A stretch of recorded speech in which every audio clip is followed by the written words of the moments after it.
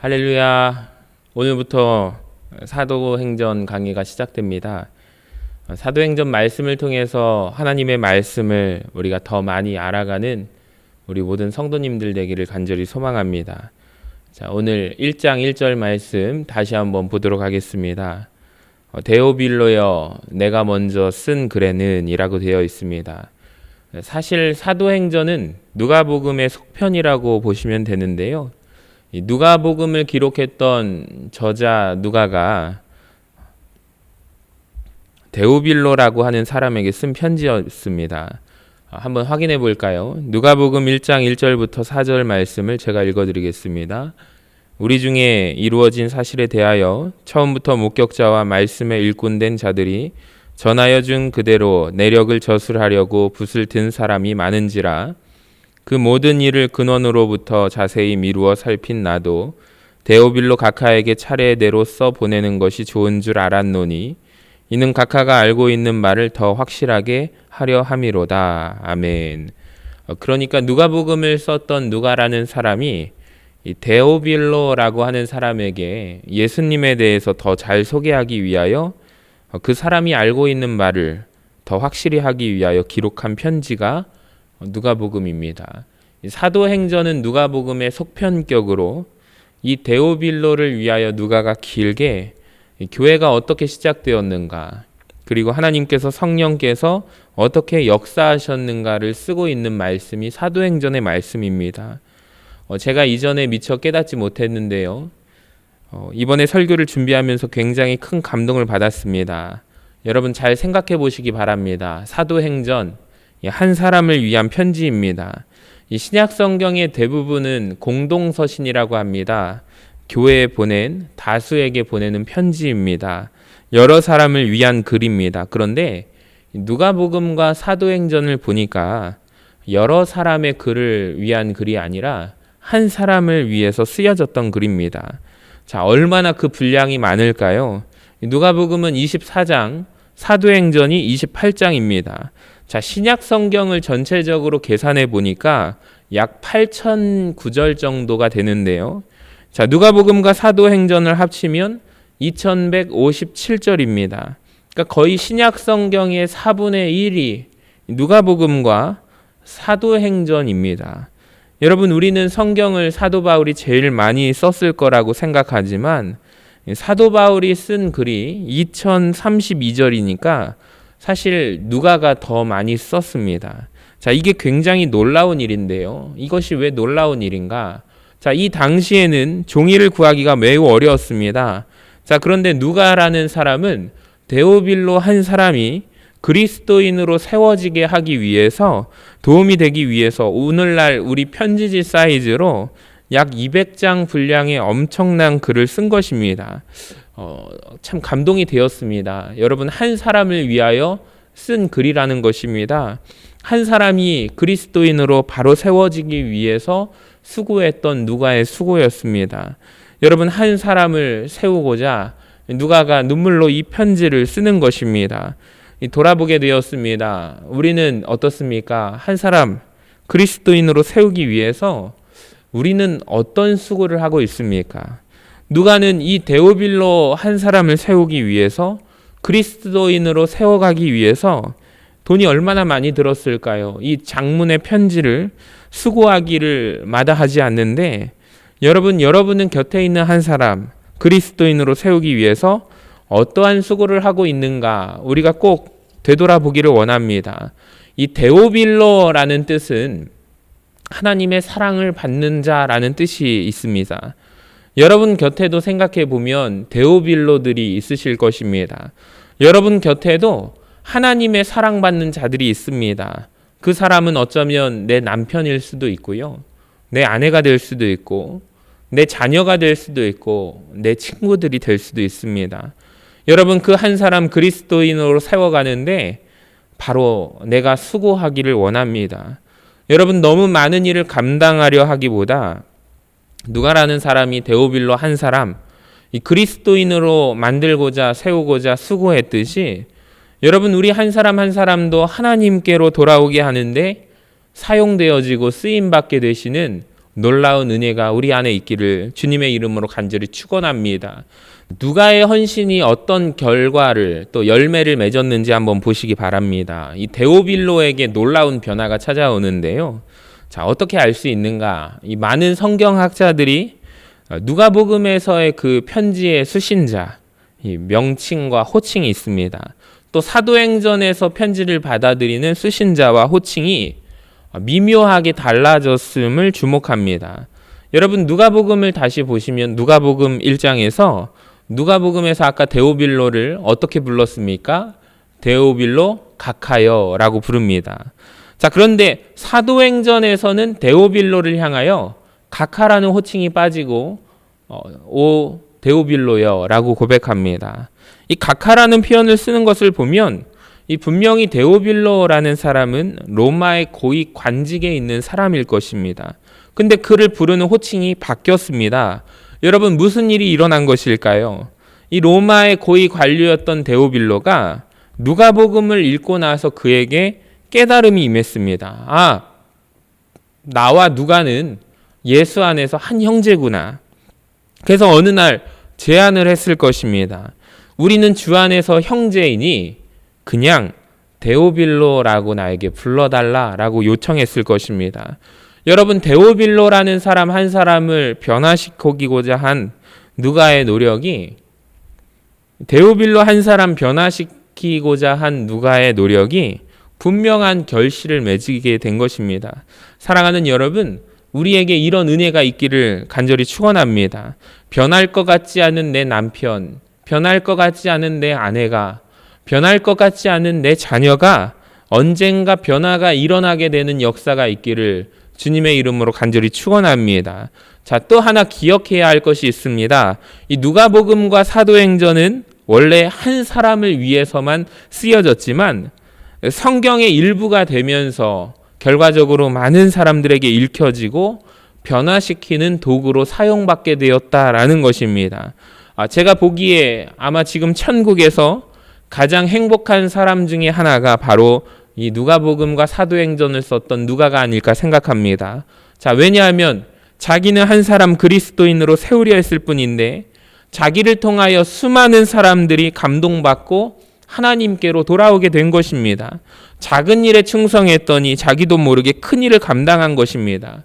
여러분 그렇습니다. 우리가 주 안에서 주 앞에서 하는 작은 일이 결코 작은 일로 끝나지 않는다라는 것입니다. 자, 한 사람을 세우고자 하는 수고는 한 사람을 세우는 것으로 끝나지 않고 많은 결실을 맺게 될 줄로 믿습니다. 여러분 기억합시다. 우리가 한 사람을 세우면 하나님께서 그 한 사람을 통하여 많은 역사를 이루어 가실 줄로 믿습니다. 잘하였도다 착하고 충성된 종아, 내가 작은 일에 충성하였지만 내가 많은 것으로 너에게 맡기겠다. 하나님께서 말씀하여 주실 줄로 믿습니다. 자, 오늘 본문 1절과 2절을 다시 한번 보도록 하겠습니다. 데오빌로여, 내가 먼저 쓴 글에는 무릇 예수께서 행하시며 가르치시기를 시작하심부터 그가 택하신 사도들에게 성령으로 명하시고 승천하신 날까지의 일을 기록하였노라. 아멘.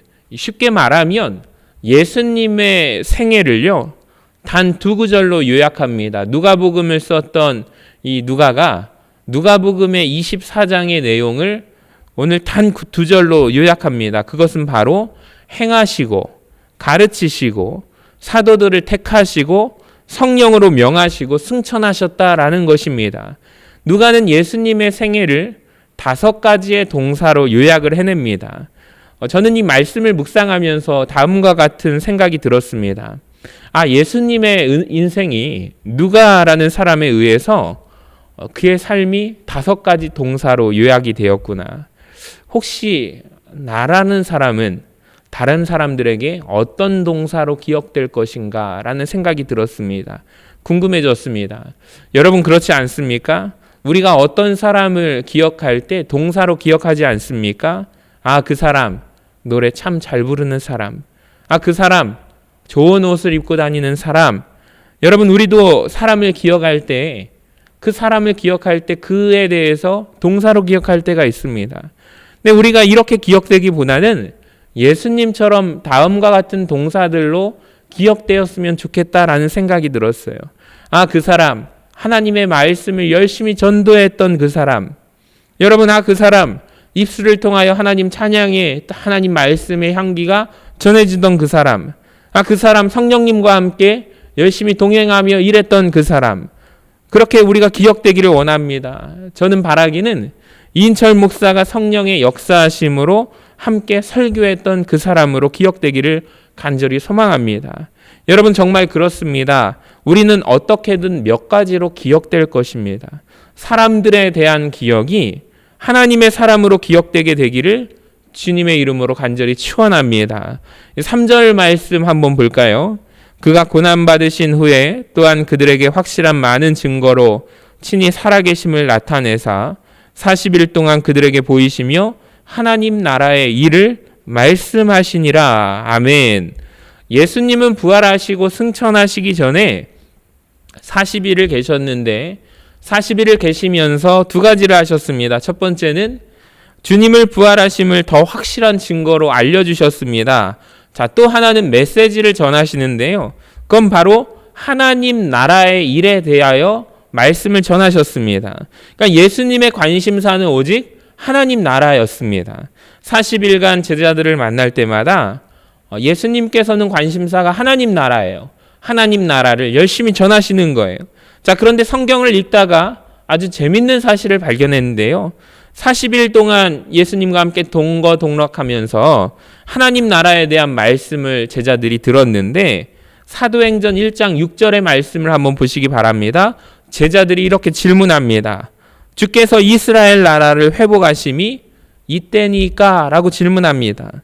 자, 예수님께서는 예수님 편에서 보면 40일간 우리 주님께서는 하나님 나라에 관심을 가지고 열심히 그 나라에 대해서 전파하시고 말씀하셨는데 제자들의 관심은 하나님 나라가 아닌 이스라엘 나라였다라는 것입니다. 예수님은 하나님 나라에 대해서 계속해서 말씀을 주시지만 제자들은 여전히 자기의 나라가 식민 상태에 있는 나라가 어떻게 될 것인가에 관심이 있었다라는 거예요. 그런데 가만히 보니까 제자들만 그런 것 같지가 않습니다. 여러분, 우리도 마찬가지입니다. 우리도 매주 하나님 나라에 대한 말씀을 듣습니다. 하나님에 대한 이야기를 듣습니다. 그런데 우리의 관심사가 정작 하나님 나라가 아니고 하나님의 말씀이 아닐 때가 많다라는 거예요. 자, 하나님께서는 위의 것을 사모하라. 영원한 것을 사모하라.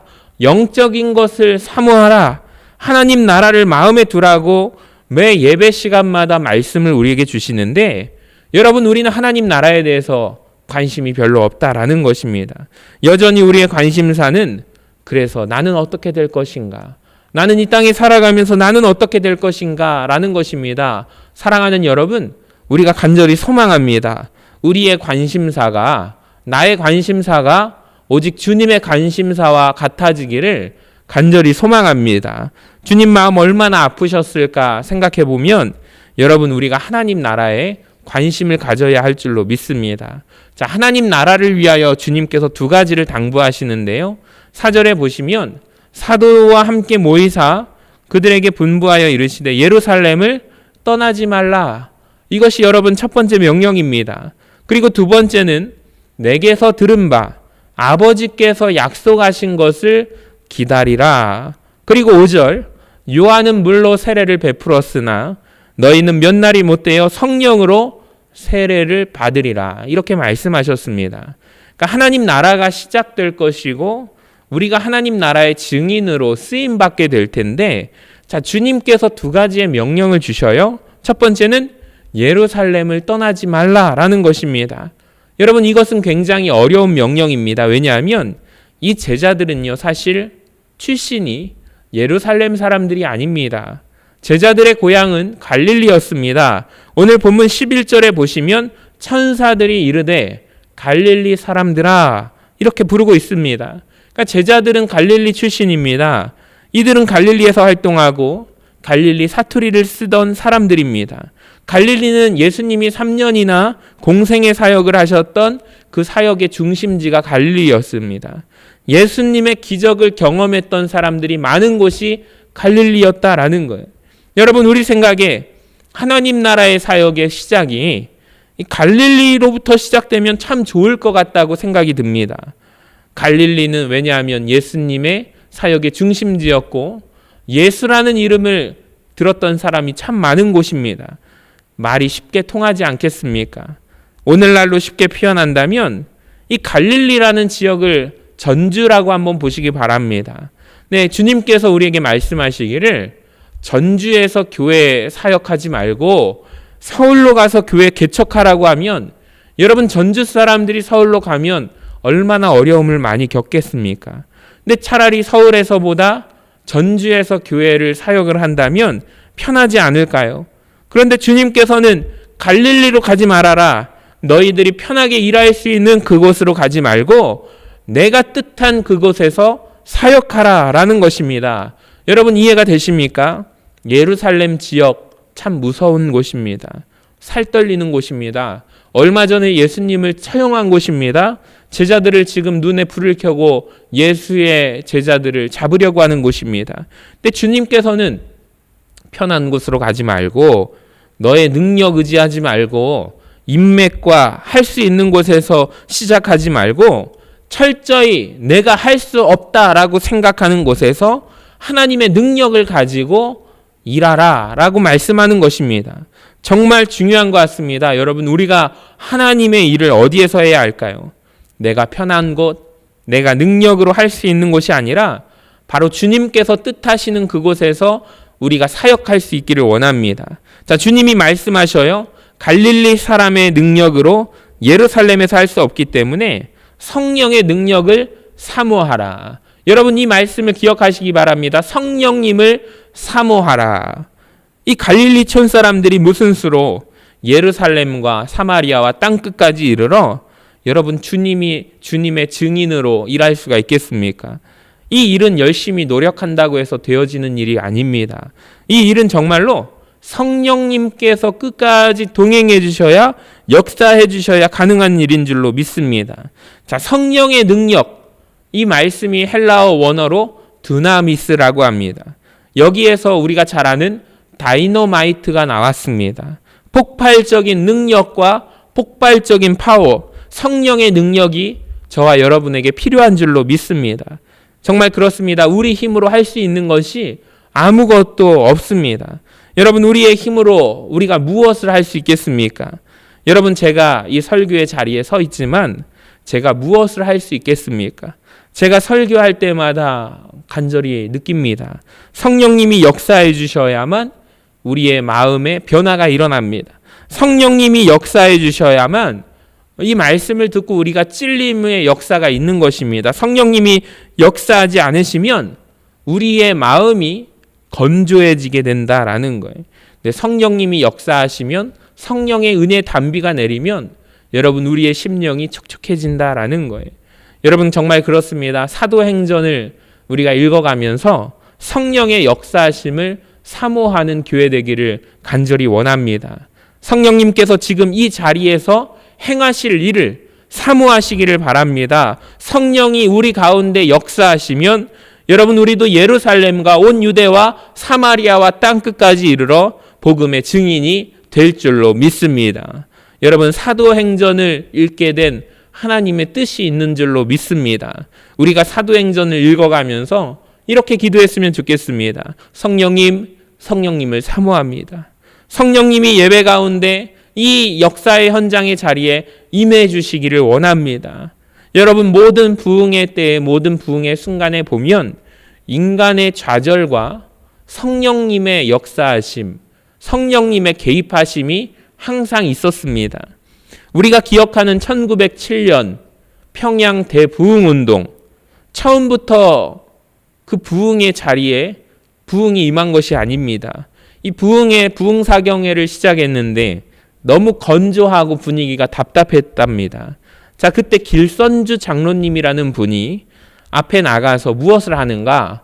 공개 회개를 하기 시작합니다. 하나님, 저를 용서하여 주시옵소서. 저는 아간과 같은 사람입니다. 자기의 죄를 자복하고 회개할 때 성령님께서 그 자리에 역사하기 시작하셨고 하나님이 한 사람 한 사람 거기에 모인 청중들의 마음을, 회중들의 마음을, 심령을 어루만지기 시작합니다. 자, 그들에게 불꽃 같은 성령이 임하게 되었고 두려움이 임하기 시작합니다. 분위기가 바뀝니다. 자, 이 집회에 참여했던 어느 한 장로님이 이렇게 그분의 글에 기록합니다. 그날 밤 길선주의 얼굴은 위엄과 능력이 가득 찼으며 순결과 성결로 불붙었다. 그는 길선주가 아니었고 바로 예수님이었다. 그는 원래 눈이 어두워 나를 잘 보지 못했을 것이나 나는 그의 앞에서 도피할 수 없었다. 하나님이 나를 불러놓은 것으로만 생각되었다. 전에 경험해 보지 못한 죄에 대한 두려움이 나에게 임했다. 여러분, 우리 교회에서 말씀이 선포될 때마다 이런 일이 성령의 역사가 임하기를 간절히 축원합니다.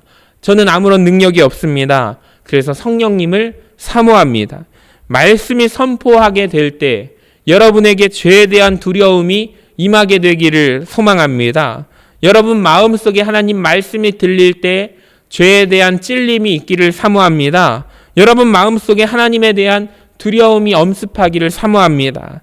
여러분 성령님을 사모하는 교회가 되기를 원합니다. 우리가 이런 기도를 드렸으면 좋겠어요.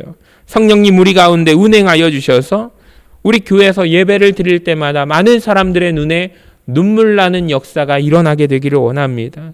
여러분 우리가 하나님 앞에 예배를 드릴 때 우리 눈에 알 수 없는 눈물이 떨어져야 하지 않겠습니까? 우리가 예배 드릴 때 성령님이 만져주셔서 회개하는 역사가 일어나게 하여 주시옵소서. 저는 우리가 사도행전, 사실 이 번역이 사도행전이 아니라 성령행전으로 번역이 되어야 정확하게 말합니다. 성령행전, 이 사도행전의 말씀을 읽다 보면 사도들이 한 일이 중요하지 않습니다. 사실 그 모든 일은 성령께서 하셨습니다. 성령님이 사람을 변화시켜 주시고 성령님이 사람을 보내주시고 초자연적인 역사, 하나님의 역사를 이루셨습니다. 여러분 성령 행전이 우리 교회에 임하게 되시기를 주님의 이름으로 간절히 축원합니다.